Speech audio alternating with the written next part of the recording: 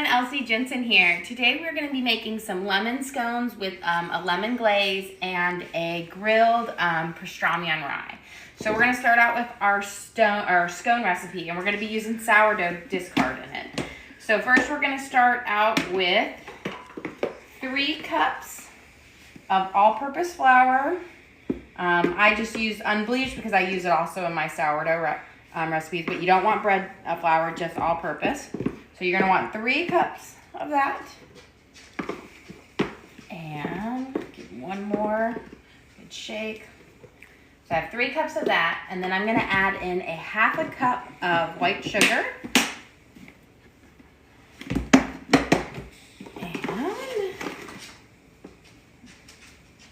it's about ½ a cup. And then 1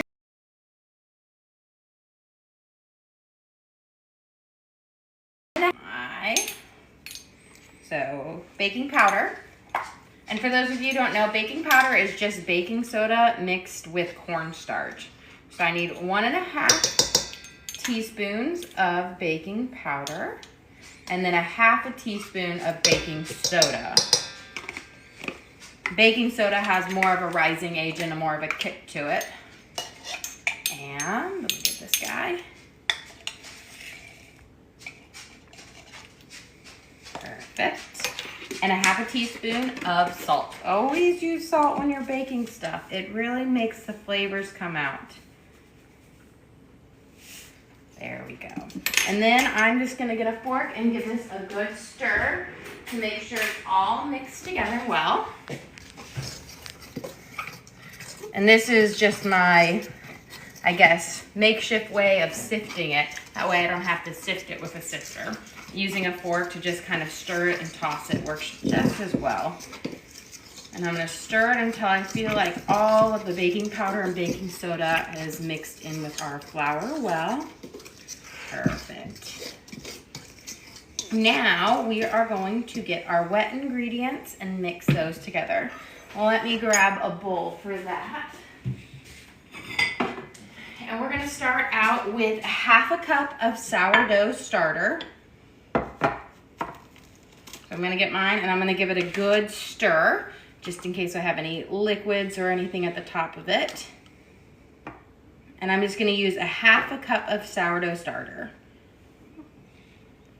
There we go.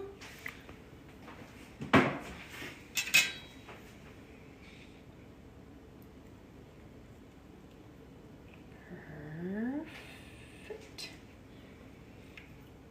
And then I'm going to use 1/3 a cup of sour cream. And the reason we do our wet and dry separate instead of mixing them all into a bowl at one time is so that we can incorporate them without over mixing. And then I'm going to do 1/3 a cup of sour cream. And I'm just going to eyeball it in here because I know it's going to be about 3/4 of my ½ a cup filled. So 1/3 cup of sour cream. And then we are going to put in some lemon zest and, where did my zester go? And some fresh lemon juice. It's over here. There we go. We'll just use this guy. I have another lemon zester that works, but this guy works as well. And I'm just gonna zest the peel of, I used a little bit of this the other day when I was making some blueberry muffins, so I'm going to zest the rest of this and zest the other one because this is really where the lemony flavor is going to come out in our scones. So zest that, and then I'm going to zest this guy up. And this is, you can always buy like pre-zested dried lemon zest. It just doesn't work as well as fresh lemon. I like to shake my zester as I go because it accumulates on there. But this is going to give it a nice lemony zing in there. So we've got our lemon zest. Perfect. And then we need to add the juice of 1 lemon. And we're also going to be using the juice of another lemon to make the glaze. So I'll grab a knife. And I'm going to cut this guy and give him a good squeeze. You could also use lemon extract that has a slightly stronger taste. So you need only about ½ a teaspoon of lemon extract if you were to use that. So I'm gonna give it a nice squeeze. There we go.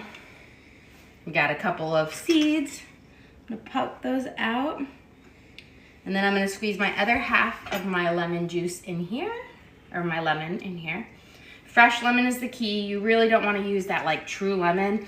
That has such a chemical-y flavor to it. I'm a big fan of fresh lemon. There we go. Giving it a really good squeeze to try to get all of that out. And wash my hands real quick. And then I'm just going to mix this up, and then I'm gonna add in 1 egg. But unfortunately right now we are on a egg shortage, I guess because of bird flu. But all of my usual grocery stores have no egg-real eggs, so we're gonna use quail eggs, which are smaller but do the exact same thing we want. So I'm gonna be using 3 quail eggs to make up my 1 egg. I have been trying to get eggs for the last month, I would say. I got lucky at Aldi's one time. I heard they had them, so I ran in and I got 2 dozen because they had a limit. Costco's been sold out. Publix has been sold out. I heard Walmart has them. I just don't have a Walmart grocery store near us. So I'm gonna put in 3 quail eggs, or you can just use 1 regular chicken egg. Keep telling my husband, I said, we need to have chickens. I need chickens so I can have my own eggs so that I don't have to deal with egg shortages. There we go. So I've got 3 quail eggs in here. Also, these cost way more than regular eggs. So I told my kids no scrambled eggs this week. And I'm just gonna stir and mix up my wet ingredients together. What are we making? We are making lemon scones using my sourdough discard, so sourdough lemon scones. And then we're gonna make a pastrami on rye. I've got this mixed up well. And now we are going to cut in our dry mixture over here. We're gonna let this sit, let the lemon juice really kind of curdle up some of that sour cream.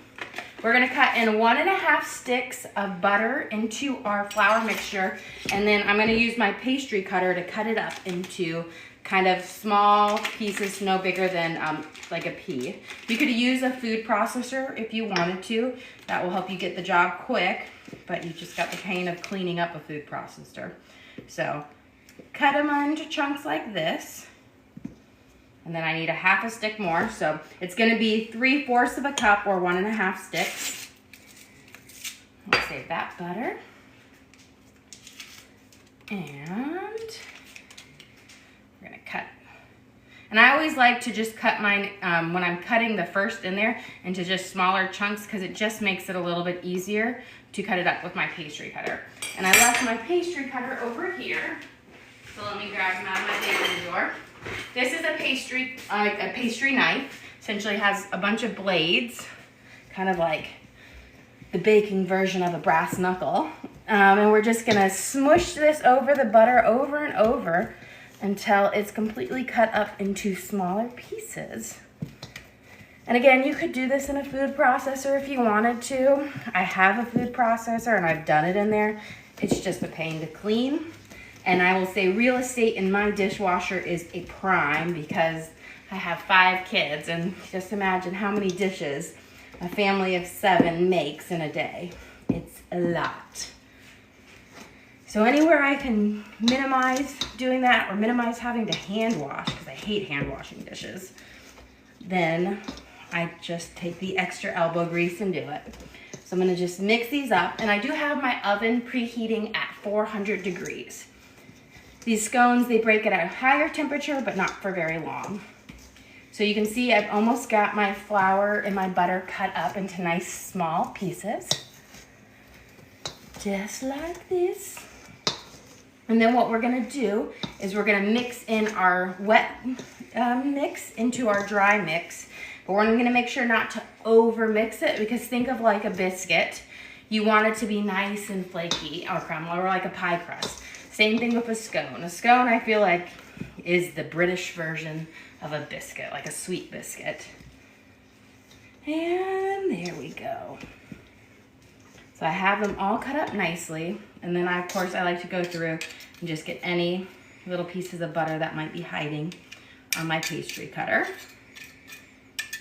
Perfect. So you can see it's a pretty coarse, kind of a crumb thing. I don't have any pieces of butter too big in there. And then I'm just going to add my wet mixture and just turn slowly. I'm gonna scrape off, try to get as much of it with my spoon as possible. There we go. And then I'm gonna use a fork because I find forks are a little bit better for mixing, like biscuit mixes or pie crust, just because you can't like spoon it too much. And you got comment, you're too young to have 5 kids. I get that a lot. I always say I'm older than I look. I'm 36. I'll be 37 soon. I'll be 37 next week. I got 1 week left. But, you know, I graduated college young. I graduated a year early and I was in grad school. We got married when we were 20 or 21. And then I had my first kid at 22, about a year later. So, and then they just kind of popped out after that. I'm from a big family, so I enjoy it. I got a question. Do you give recipes? And I think it's supposed to be the big videos. And we go through each step, but so everything's explained in all the long form videos on our other platform. But I think we'll start making recipe cards soon. Yeah. I've gotten a lot of requests for recipe cards. We just started doing this a couple of weeks ago. And so we will get on to that and try to work on getting everybody some recipe cards. I do have them. I tell you all my ingredients and what to do in the videos, but I know that's not as easy for cooking. So I will definitely get into making them in some recipe cards. So I'm gonna just fold everything over and kind of smush them in, because like a biscuit, you kind of want a flaky layer. So we're kind of smushing these together to form our scone dough. And I will say it's very similar to a biscuit if you've never had a scone before, or like I will say a dessert biscuit. There we go. And I'm gonna cut these try to make them into 2 even piles, because I'm gonna cut them up and they're gonna be about 16 smaller scones. So we're gonna just really smush and fold. And that's gonna kind of give you that nice crumbly, flaky layer in your scone. Perfect. So I've got this guy. Mold them out. And this has just a nice, delicate lemon flavor to it. It's not super overpowering or super sweet. And the lemon glaze, which we used on our blueberry biscuits last week, is the same glaze I'm going to use on these scones. And Linda, that's a good point. Yeah, we'll try to get some of these cards out. I know they have like CC additions that you can add to videos and apps like that. But yeah, we'll try to get some written recipes out. Yeah. Just talking about people that are deaf and can't hear. Oh, yes, definitely. I actually, my background is in special education, so I'm always big about making sure that there's good adaptations for everyone for them to use. Okay, now we've got these. I've got them kind of mushed up into my little flat circles like this. Now I'm going to get out a baking dish, or not a baking pan, out of my oven. And I'm gonna put parchment paper down. Again, if you haven't made the switch to parchment paper for baking, do it. You'll thank me later. It just makes cleanup easier. You won't get stuff stuck, and it cooks up really nicely. So I'm going to try to grab a spatula and slide this over and then cut it into all my things. So I'm going to move my little blob over here of my first set of scones. And then what I'm going to do is I'm going to use my pastry cutter. I'm going to cut it into fourths first, and then cut each one down. So each little of these rounds are going to make an eighth. And then the trick is you got to just spread them out a little bit. So it's kind of like you've got a little pie chart here. And now I'm gonna turn this guy over and put him on there as well. And these are our lemon scones that we made with some sourdough discard. Perfect. And then just kind of push in. And now I'm gonna do the exact same thing. I'm gonna first quarter it, and then I'll cut it into each quarter into half again to make 8s. And just through. And if you're really gonna get into baking, get one of these pastry cutter things. They work great. It works much better than using a knife.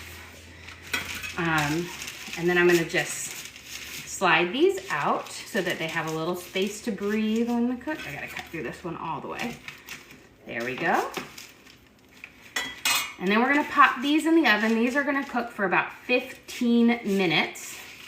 And while they're cooking, we will make our Reuben and we'll make our lemon glaze. So we're gonna pop these. My oven is preheated to 400 degrees. So these cook at higher temperature for about 15 minutes. I'm gonna put them in for 12. That way I can come and check and see what they need on. So I'm gonna set my timer. Always set a timer, otherwise you'll forget. And with baking, a minute can be overdone. And I'm just gonna give my hands a quick wash. How do you keep them from being too dry? Well, with the scones, I find that their sourdough discard and the sour cream and the butter really help keep them a moist one, and you just can't overbake them. If you overbake them, they're like a biscuit. An overbaked biscuit is really dry. So you just gotta make sure you take them out before they're overbaked. So that's why I set my timer like at 12 minutes, which is 3 minutes before the recipe that I used says. But then I look at them and I'll give them a touch, and if they're crispy and they're golden, I'll take them out, because an overcooked scone will be dry and crumbly, but you want it to be nice and moist too. We're gonna prep our grilled cheese and then our pastrami and rye, and then we'll make our glaze for our things. So let me get all of our stuff. We're gonna use that yummy deli rye that we used last week on our corned beef sandwiches. And we're gonna make pastrami, which is very similar. If you've never had pastrami before, it's very similar to corned beef. I find that it has just a slightly sweeter flavor than corned beef, not quite as solid, like salty, but it definitely, it's like a more seasoned corned beef. So I'm gonna just have 4 slices of my deli rye. So this is actually rye, and the dark is pumpernickel bread, and it's my favorite. I like it better than just straight up rye, because I think pumpernickel is just a nicer bread. It's not quite as strong flavored. And then I'm going to just butter one side of each of my slices of bread, and this is what's gonna crisp up on my pan. And it just turns out, I find my grilled cheeses turn out better if I butter each side, like one side, and then cook them instead of trying to melt butter on my pan. Then you're gonna get you get like burnt butter. And do this. Spread it nicely. Perfect. And just one side, that's all you need. And then we're just gonna take one side and we're gonna put it down on each one. And then we're gonna build it. I'm using havarti today. I like havarti because it's a cheese that doesn't have a very strong flavor, but it has a great melting point. I want to know if the bread is from a specialty store. No, it's actually, it's Pepperidge Farm. You can get that anywhere. It's a good one. You can always pick up from your delis and whatnot, but I find that this bread works just as great for getting that rye flavor out. And it's also a very moist, like soft bread. So that's also really nice about it. And it's not a seeded rye. Some of you get rye from bakeries, they're seeded, so they're gonna have little hard seeds in it that almost have a anise flavor to it, which is why a lot of people, anise has a licorice flavor, if people don't know that, but a lot of people don't like rye bread because of that. So this is a very mild one. And then I'm just using pastrami. You can get it from your deli if you want. I was just grabbing some different stuff for our family this week. And remember, when I make my sandwiches, I try not to overload them with too much meat because then your grilled cheese won't cook all the way through. So I'm just gonna lay it out thin. I'm just gonna use about 4 slices. And if you're gonna have one that's a really loaded sandwich, then you're gonna wanna do it in the oven on the air fryer setting and do them open. That way your meat will heat up all the way through. And again, these are, deli meats, so they are pre-cooked, but nobody wants a cold grilled cheese. And then I'm gonna put some pickle chips in here. And this is just the acidity is gonna cut through on the super spicy, let me go get my knife, of the pastrami. It's not spicy in the sense of hot spicy, but it's very seasoned. And this is my little hack. If you can't get a jar open, I just stick there we go, a butter knife in until I let an air pocket in. And then voila, comes off easy. That way you don't have to have somebody around to help you. And then I'm just gonna put a couple pickles on here. And I am using just like a kosher dill pickle. I'm not a big fan of sweet pickles, so I'm just gonna put, I'm gonna think 4, because these are kind of big. And that way you can get that acidity from the pickle in each bite. And then of course we're gonna layer it with some havarti on top, because with my grilled cheeses, I want to have a melted cheese on both sides. So whatever we put on is sandwiched between the between the cheeses. And there we go. And now we can put our tops on. And I'm gonna turn my skillet on. And I'm using a non-stick skillet just because it cooks much better. Things won't stick to it. Invest in a good non-stick skillet. That is something that makes a difference in cooking. This one is a Hexclad, which I got about a year or so ago, year and a half, and I love it. I haven't scratched it yet. I actually put some in my store. If you guys want to look at them, they're really great. I would recommend these, or Cuisinart has a pretty good non-stick skillet set. Theirs are pretty good as well. Okay, let's make our yummy glaze. So I'm gonna get a small bowl, and actually I have a knife over there. Perfect. So this is very simple, easy to make. So I'm just going to cut my lemon in half, and I'm going to squeeze in some of my fresh lemon juice, and then we're just gonna add, I'm really gonna get in here. My lemons kind of froze in my refrigerator outside, so they're a little bit like a slushy in there. They're very cold. It's very cold here right now, and so my outdoor fridges everything is freezing in them. So I'm just gonna squeeze out my lemon juice. Fresh lemon juice is the key here. You definitely don't wanna use extract for the glaze. They just have completely different flavor profiles. So I'm gonna squeeze out my lemon. Got half of it there. It's very cold lemon. I'm gonna get in there and try to get all of the juice out, and then I'm gonna mix in some powdered sugar. And we'll start with a little bit at a time until we've got a nice glaze going. What are you making? You want to just do a recap? Again, we're making a pastrami on rye using, used a mix of pumpernickel and rye bread with havarti cheese and pastrami sandwich meats and some pickles. And I'm having those saute up. And then we have made some lemon scones. We're using sourdough discard. Get these seeds out so I don't have it in my glaze. And now we're making a lemon glaze to go over our lemon scones. So you get really a full-bodied lemon flavor. So I'm gonna get my powdered sugar. So you're gonna want powdered sugar. Granulated sugar will not do. If you happen to be out of powdered sugar and you have a coffee grinder at home, throw in some regular granulated sugar into your coffee grinder, or a food processor works well. And you can make your own powdered sugar like in a pinch. There we go. So I'm going to start with about 1/4 of a cup and mix it, and then I'll add some more. You got a question. What is sourdough discard?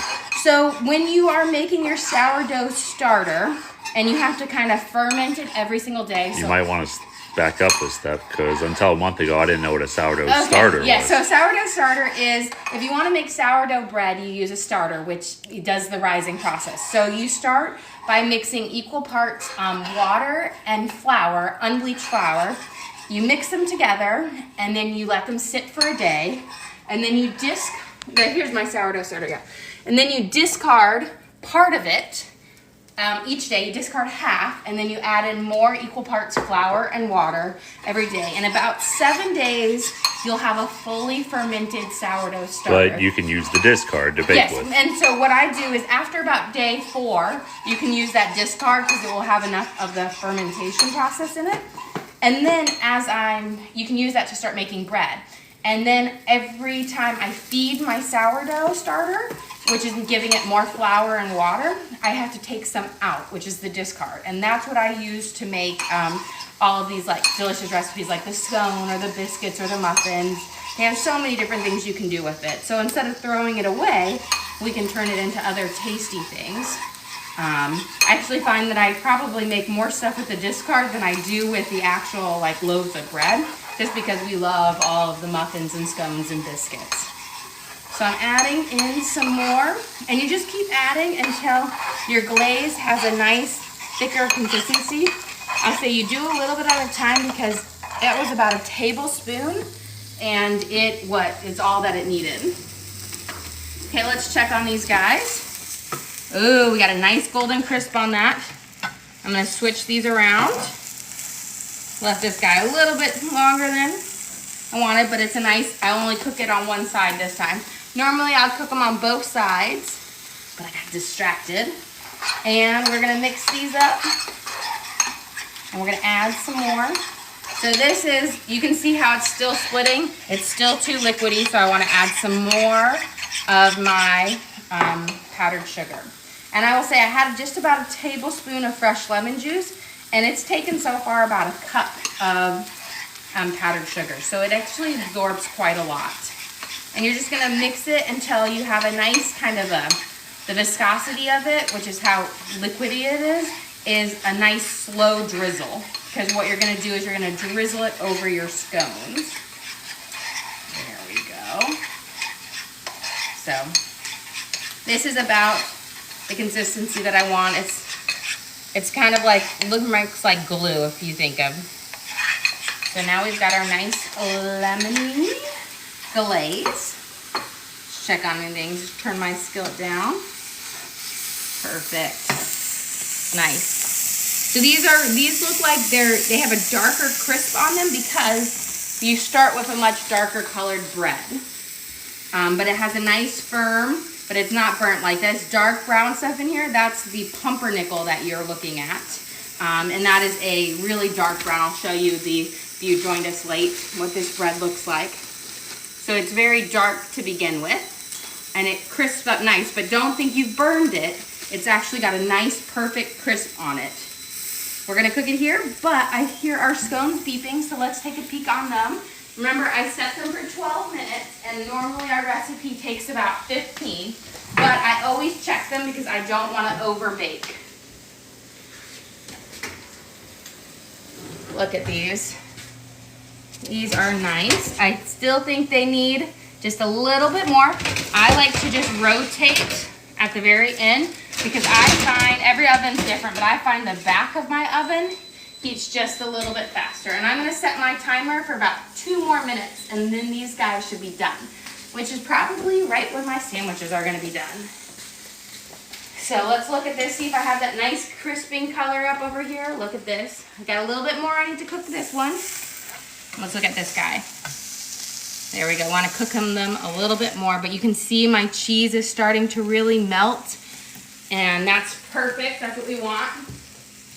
Let me get my plate out, and I'll get a knife to cut our sandwiches. Again, these are very similar to a corned beef sandwich. Pastrami is very similar to corned beef, but it has more I want to say spices into it. It's more flavorful meat if you've never had pastrami before. But it pairs really well with like a white cheese. So I like to do a havarti or Munster. And I always want to pair it with either, so you could do it sauerkraut or a pickle or something like that, with some sort of acidic-y relish of a type, because it really cuts in on the meat. Let's check this out. Perfect. Get a nice, see if this guy needs a little bit more on here. And I can cut into this sandwich so you guys can see. And look at that, you've already got the melty cheese pull. Perfect, give it a squish. And you see how you have those pickles in there with the meat and the cheese?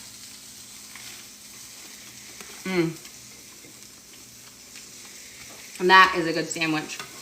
Okay, perfect. This one is done as well. You can see I've got a nice brownish crisp on both sides, which is what you want. And let's pull out those scones and we'll drizzle them on. Look at that, timed it perfectly. We have about 10 seconds left. I'm gonna get my oven mitts on because this guy is going to be hot. I'll turn everything off. Oh, perfect. They've even got a nice browning to their edges. Perfect. Look at those. And they've got a nice, they raised up really well. Perfect. And now, for the glazing process, all I do is I'm just gonna slowly. Yeah, someone made a comment, tea time. That's what I think of when I think of scones as well. And I'm just gonna do a light drizzle over each one. You could have also, sometimes I will brush my scones with milk and then put a little bit of sugar on them. You could also do that, and that gives it a nice little sugar crust on top.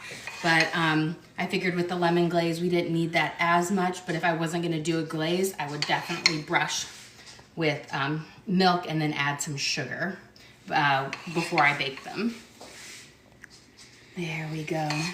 And this is gonna give the lemon scones just a little bit more zing. I know we used some fresh lemon juice in our batter as well as lemon zest, but this is where the real lemon pop is gonna come out, is this glaze. Perfect. And I like to put it on when it's hot because it will just kind of melt all around and kind of absorb in it.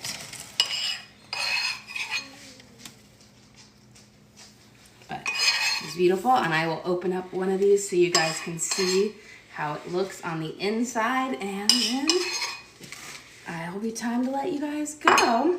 Don't forget to like and subscribe and follow us. I like to do live cooking shows every single day. I love it when you guys ask questions and then answer.